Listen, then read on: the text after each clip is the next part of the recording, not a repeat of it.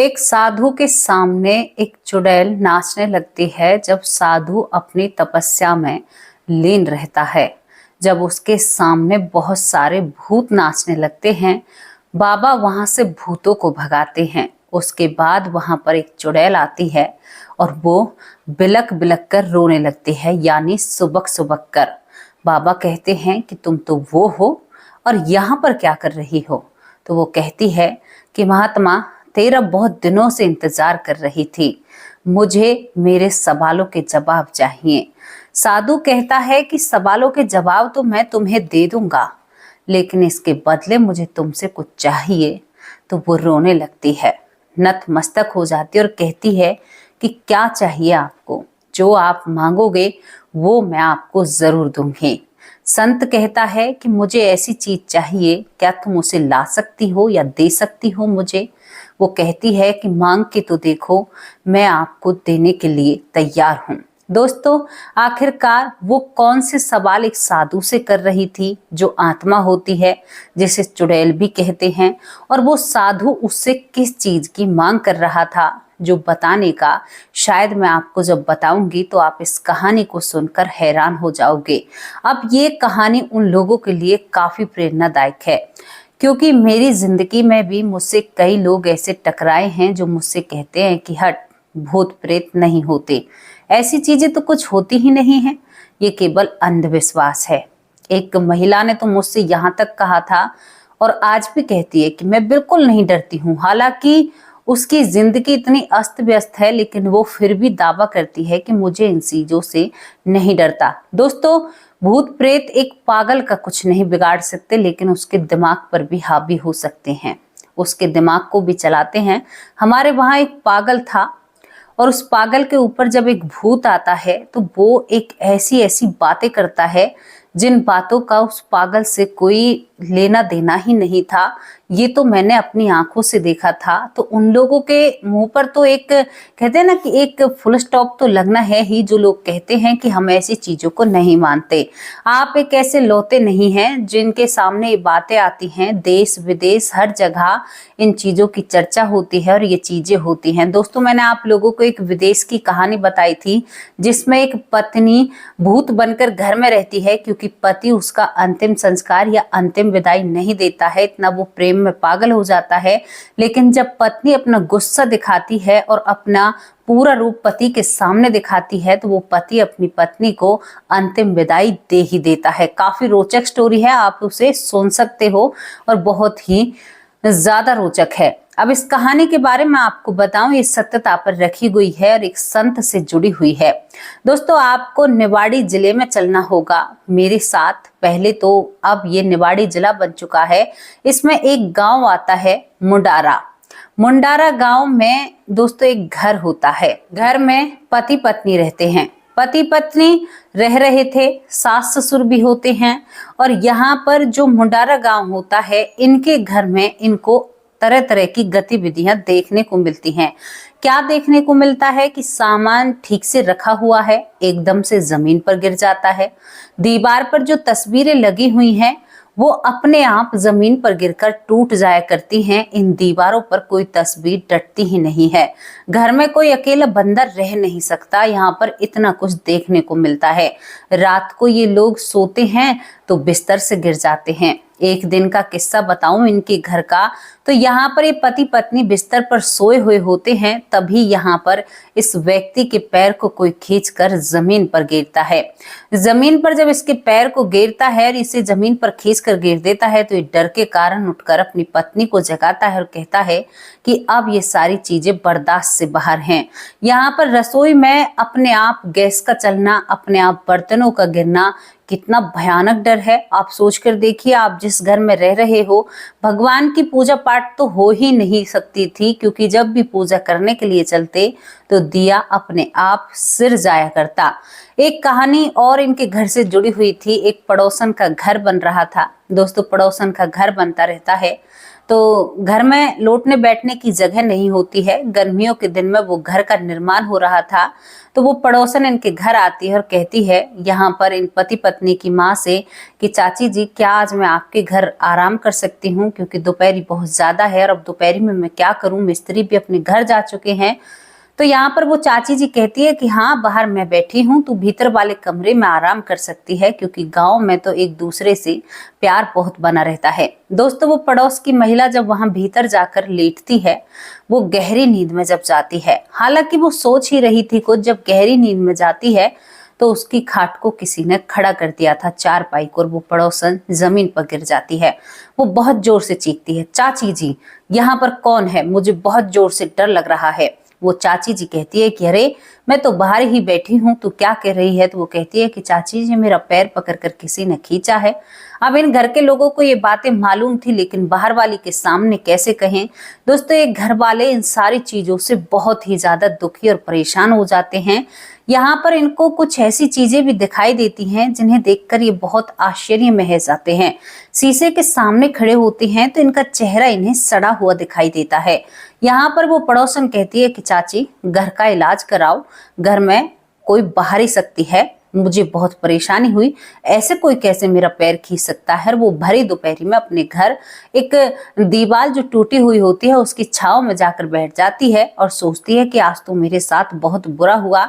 और पड़ोसन की आंखों से आंसू भी आ जाते हैं, क्योंकि उसकी कमर में चोट लग जाती है। वो पड़ोसन अपने पति को बताती है, तो पति जब सुनता है इन बातों को, क्योंकि पति बाहर सामान लेने के लिए गया था घर का निर्माण कराने के लिए, तो वो पति शाम को आता है और चाचा को समझाता है कि चाचा जी, क्या ऐसा कुछ घर में चल रहा है। तो यहाँ पर चाचा चाची रोने लगते हैं।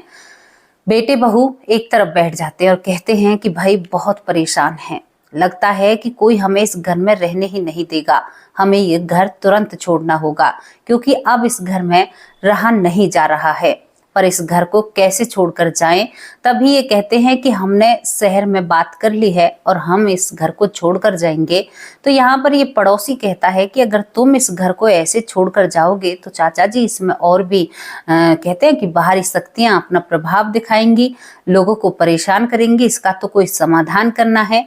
अब यहाँ पर ये जो पड़ोसी होता है इन लोगों को एक ज्ञान देता है, कहता है कि तुम हरे राम बाबा को जानते हो। तो वो कहते हैं कि हाँ, बहुत अच्छे से जानते हैं, बहुत अच्छे संत हैं, सभी की मदद करते हैं, सभी का ख्याल रखते हैं, पूरे गांव पर उन्हीं का तो आशीर्वाद है। तो ये पड़ोसी कहता है कि कहते हैं कि बगल में छोरा और गांव में ढिंडोरा, तुम ऐसी बात करते हो, तुम लोगों ने बाबा से बात क्यों नहीं की। तो यहाँ पर जब कहते हैं, ये पड़ोसी इनको ज्ञान देता है कि तुम एक काम करो, जो हरे राम बाबा हैं बहुत माने हुए सिद्ध थे, बहुत जानकार थे इन सारी चीजों के बारे में, तो तुम एक काम करो, शहर जाओ और इस घर को बाबा को दो, बाबा इस घर को सही कर देगा। दोस्तों, यहाँ पर ये लोग गलती करते हैं, बाबा को ये नहीं बताते हैं कि हमारे घर में ऐसी सारी चीजें निवास करती हैं, यानी इतना सब कुछ है। इतना सब कुछ इन लोगों को भी नहीं पता था जितने राज बाबा खोलने वाले थे। अब यहाँ पर क्या होता है कि जो हरे राम बाबा होते हैं, हरे रामा बाबा जो जंगल में रह रहे थे, गांव से बाहर जंगल में रहते हैं, उनके लिए गांव वाले कभी कुछ लेकर जाते हैं, उनकी बहुत सेवा भाव करते हैं। तो यहाँ पर जीव जंतु भी बहुत आया करते, उनके लिए अधर कुछ बना रखा था बैठने के लिए, उनकी जो कुटिया होती है सोने के लिए, पेड़ के ऊपर चारपाई को बांध रखा था, वहां पर जाकर वो सोया करते थे, एक टट्टा नुमा, वहीं पर उनके लिए एक सीढ़ी लगा दी थी गाँव वालों ने। अब यहाँ पर इस घर के निवासी जाते हैं जिनके घर में प्रेत बाधा होती है, इतनी तगड़ी प्रेत बाधा होती है, ये जाकर चरण छूते हैं हरे रामा बाबा के और कहते हैं कि बाबा, आप यहाँ पर बहुत परेशान रहते हैं, क्योंकि जानवरों का आतंक हमें पता है आपको सोने नहीं देता है। अब ये परिवार चालाकी करता है और जो हरे राम बाबा होते हैं उनसे कहता है कि बाबा, क्या आप हमारे घर में रह सकते हैं, क्योंकि अब हमारा घर खाली रहेगा, हम तो शहर जा रहे हैं और आप हमारे घर में रहकर अपनी जिंदगी को गुजार सकते हैं, अच्छे से रह सकते हैं। हरे राम बाबा थोड़ी सी सोच में पड़ जाते हैं कि ये लोग ऐसा क्यों कह रहे हैं, क्योंकि हरे राम बाबा बहुत बड़े भक्त थे, वो भगवान को बहुत मानते हैं और बहुत ही ज्यादा अपने कहते हैं ना कि भक्ति में लीन रहने वाले थे।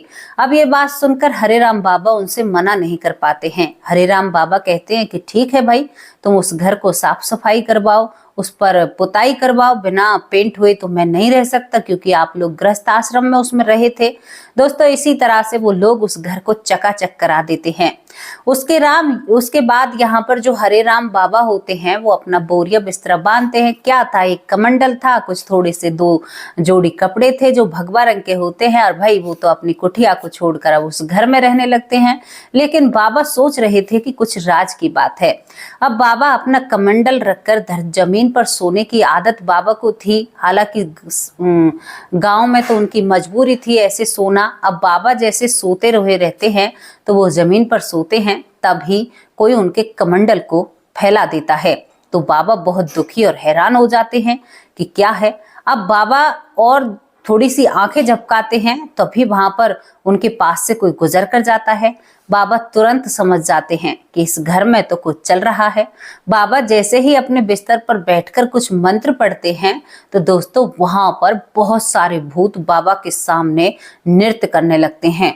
वो नाचने लगते हैं और इस तरह से नाचते हैं कि बाबा भी सुनकर हैरान हो जाता है। अब यहाँ पर जो हरिराम बाबा होते हैं वो हंसने लगते हैं कि वारे ग्रस्त आश्रम वालों, तुम बड़े चालाक हो। यहाँ पर वो हंसते और कहते हैं कि ये मेरा क्या बिगाड़ेंगे। अब यहाँ पर बाबा उन्हें कहते हैं कि देखो मैं भी यहाँ पर रहता हूँ, तुम मुझे परेशान करने की मत कोशिश करो। तुमने उन लोगों को भगाया है ना, मुझे सब कुछ समझ में आ गया है। तो वो सब हंसने लगते हैं, बहुत जोर जोर से हंसते हैं कि देखो इस मूढ़ा को हमारी बातें पता चल गई। अब वो उससे मूढ़ा कहते हैं कि मूढ़ा क्या तू यहाँ पर रह पाएगा हमारे साथ में। दोस्तों ये सच्ची स्टोरी है जो मैं आप लोगों के सामने रख रही हूँ। एक बहुत बड़े भगत से ये सब कुछ वार्तालाप होती है, बातचीत। अब यहाँ पर जो हरिराम बाबा होता है कि हाँ भाई तुम्हें मेरे रहते हुए तो यहाँ पर नहीं रहना होगा, इस घर में तो तुमने एक परिवार को ही भगा दिया। अब हरिराम बाबा सोने की कोशिश करते हैं, कहते हैं देखो मैं तुम्हें हानि नहीं पहुंचाना चाहता, लेकिन वो तो ऐसे बाजे गाजे से नाचे उस घर में हरिराम बाबा के चारों तरफ। अब बाबा कुछ मंत्र पढ़ते हैं और मंत्र पढ़ते ही ये सभी गायब हो जाते हैं। कोई उनके पास ऐसी सिद्धि थी या तपस्या थी, क्योंकि भगवान के सार्थक थे तो ऐसे लोगों के साथ भगवान हमेशा बने रहते हैं। बहुत बड़े संत होते हैं तो वो हंसने लगते हैं, सोचते हैं कि देखो मेरे साथ ग्रस्त वाले कितना मजाक करके चले गए। अब एक पल के लिए उसे क्या होता है कि तभी अंदर से एक और आती है चुड़ैल, जिसके बाल फैले हुए थे और जो रोती हुई बैठी हुई होती है। सामने ये महिला बैठी हुई होती है और रो रही थी। अब बाबा कहते हैं कि आज तो पूरी रात मेरी बर्बाद होगी। वो कहते हैं कि तुम कौन हो और क्यों रो रही हो। तो वो सुबक सुबक कर बहुत जोर से रोने लगती है। वो कहता है कि देवी बाल तेरे सामने आ रहे हैं, चेहरा तो दिखा। जब वो एकदम से अपना चेहरा दिखाती है तो थोड़े से बाबा भी पीछे की तरफ होते हैं, क्योंकि बाबा को तो भय नहीं लगता है, और वो रोने लगती है। कहती है कि आपके पास तो मैं नहीं आ सकती, लेकिन आप इतने बड़े संत हैं, आपके बारे में बहुत सुना था, इंतजार था आपका और आप आ ही गए। मुझे एक बात बताइए कि मैंने कभी कोई बुरा कर्म नहीं किया। बाबा उस महिला को पहचानते और कहते हैं कि तू तो 3 वर्ष पूर्व पहले कुएं में गिरकर तुमने अपनी जान दी थी, और तुम यहाँ पर क्या कर रही हो, इन लोगों को क्यों परेशान कर रही हो। तो वो कहती है कि आप एक पहुंचे हुए संत हैं, मैं पूछना चाहती हूँ कि मैंने कभी कोई बुरा कर्म नहीं किया, तो फिर मैं प्रेत योनि में क्यों हूँ, क्योंकि सभी के मन में सवाल होते हैं। तो यहाँ पर बाबा कहते हैं कि एक उच्च कुल में होते हुए भी तुमने जो पाप किया है, क्या तुम उससे मुकर सकती हो। तो ये महिला अपनी गर्दन नीचे करती है। वो बाबा कहते हैं कि तुमने जो किया है मैं अपने मुंह से नहीं कह सकता, बताओ। तो वो कहती है कि हाँ बाबा, पराये पुरुष की संगत मुझे हो चुकी थी, यानी पराये पुरुष के साथ में रही थी, ये मुझसे गलती हुई है। तो बाबा कहते हैं कि ये क्या छोटी गलती है, क्या तुम इसे छोटा अपराध मानती हो। दोस्तों एक प्रेत के बीच में और एक बाबा के बीच में ऐसी बातें होती हैं तो वो रोने लगती है। कहती है कि आपके ऊपर तो भगवान साक्षात, आप भगवान हो, विराजमान हो, क्या मुझे मुक्ति नहीं मिल सकती। वो मुक्ति मांगने लगती है कि बाबा मुझे मुक्ति दिलाओ, मैं बहुत परेशान हो चुकी हूँ, नहीं कुछ खाने को है, नहीं कुछ पीने को है। तो यहाँ पर वो बाबा कहते हैं कि भाई मैं तुम्हें मुक्ति तो दिला दूं, लेकिन मेरी भी एक शर्त है। तो वो कहती है कि हाँ बाबा, आप जो मांगोगे मैं आपको जरूर ला कर दूंगी। तो वो कहता है कि देखो, यहाँ पर गृहस्थी लोग मुझे रोटियां दे जाते हैं, लेकिन घी नहीं है मेरे ठाकुर जी के लिए, और ठाकुर जी के लिए मुझे घी चाहिए देसी गाय का, और वो घी मैं किसी से मांग नहीं सकता क्योंकि मैं एक बाबा हूँ। अगर मांगा तो फिर मेरे खिलाफ होगा। मैं ठाकुर जी के लिए आस तो करता हूँ लेकिन मिलता नहीं है। तू मुझे देसी घी लाकर दे और मैं तुम्हें मुक्ति दिलाऊंगा। दोस्तों, बहुत बड़ी शर्त थी। वो कहती है कि बस बाबा, तू मुझे मुक्ति दिला देना, मैं आपको घी लाकर जरूर दूंगी। अब यहाँ पर सुबह होती है, बाबा अपनी जिंदगी में व्यस्त हो जाते हैं। सभी भूतों को उस घर से बाबा ने भगा दिया था, लेकिन जो गांव के कुएं में गिरी थी वो महिला, अब वो एक साहूकार के यानी सरपंच के घर की नई नवेली दुल्हन के ऊपर जा चढ़ती है। दोस्तों, वो दुल्हन वहां पर लूटती है, कभी बालों को फैलाती है, कभी कुछ करती है। घर वाले डर जाते हैं कि अरे, इसके अंदर तो कोई आत्मा आ चुकी है। वो जोर जोर से चीखती है और कहती है कि हाँ, मैं फलाने की ही बहू हूँ और मैं अब इसे नहीं छोड़ूंगी, मैं इसे अपने साथ लेकर जाऊंगी। घर वाले रोने लगते हैं कि भाई रे, हमारी तो नई नवेली दुल्हन थी और इसने हमारी दुल्हन को पकड़ लिया। कोई कुछ इंतजाम करता है, कोई कुछ इंतजाम करता है, लेकिन कुछ भी असर नहीं पड़ता है। अब उनमें से ही जो वहां पर भीड़ जुटती है, उस नई बहू को सब देख रहे थे, जिस तरह से वो जमीन पर लेट रही थी, कभी कुछ कर रही थी। तो एक समझदार व्यक्ति कहता है कि भाई, इससे ये तो पूछो ये चाहती क्या है। तो यहाँ पर उससे कहा जाता है कि भाई, तुम क्या चाहती हो, इसको क्यों अपने साथ ले जा रही हो, ये तो तुम्हारी कोई सगी संबंधी भी नहीं है। तो वो कहती है कि मैं चाहती हूँ, क्या तुम पूरा कर सकते हो। तो वो कहते हैं कि क्यों नहीं कर सकते। तो वो कहती है कि एक उपाय है, मैं इसको छोड़कर जा सकती हूँ क्योंकि मेरा घी खाने का मन है, वो भी देसी घी खाने का मन है। वो कहते हैं कि कैसे जाएगी तू, ले। तो यहाँ पर घर में 3.5 या 4 किलो देसी घी रखा हुआ होता है, उसे लेकर बाहर आ जाते हैं। वो हुकार भरती है, बालों को फैलाती और कहती है कि मुझे नहीं, फलाने बाबा जिनका नाम हरे राम बाबा है, उनके पास ये घी रख कर आओ, वहीं पर मैं इस घी को खाऊंगी। दोस्तों, 1 मिनट नहीं लगती है बाबा के पास घी पहुंचाने में, और यहाँ पर 1 मिनट नहीं लगती है इस नई दुल्हन से उस चुड़ैल को जाने में या उस भूत को जाने में। अब वो बाबा के सामने प्रकट हो जाती है और कहती है कि बाबा देखो, मैंने अब तुम्हारा इंतजाम कर दिया है, अब तुम अपने वादे से मुकर नहीं सकते। दोस्तों, एक बाबा जो बहुत बड़े संत थे, जो भगवान को, ठाकुर जी को बहुत मानते थे, वो यहाँ पर इस चुड़ैल को यहाँ से मुक्ति दिलाते हैं और इस चुड़ैल को आजाद कराते हैं इस घर से। और जो घर भूतों का घर था, उसे बिल्कुल बिना भूतों का घर बना देते हैं और इस घर में बहुत शांति और बहुत श्रद्धा नजर आने लगती है लोगों की। कहते हैं घर के अंदर प्रवेश करते हैं तो एक भगवान का वास नजर आता है, वहां पर ठाकुर जी रहते हैं। ये थी एक ऐसी चुड़ैल या ऐसी भूत की कहानी जो शायद एक बाबा का 4 से 5 साल तक इंतजार करती है एक घर में बंधक होकर।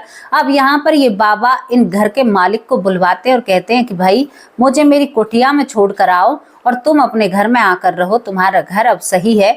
वैसे तुम गृहस्थी वाले बड़े चालाक लोग होते हो। और बाबा अपनी उसी कुटिया में जाते हैं जो जंगल से बाहर होती है और इन घर वालों को इन घर में आकर प्रवेश कराते हैं और इस घर में कोई भी ऐसी बाधा अब नहीं होती है।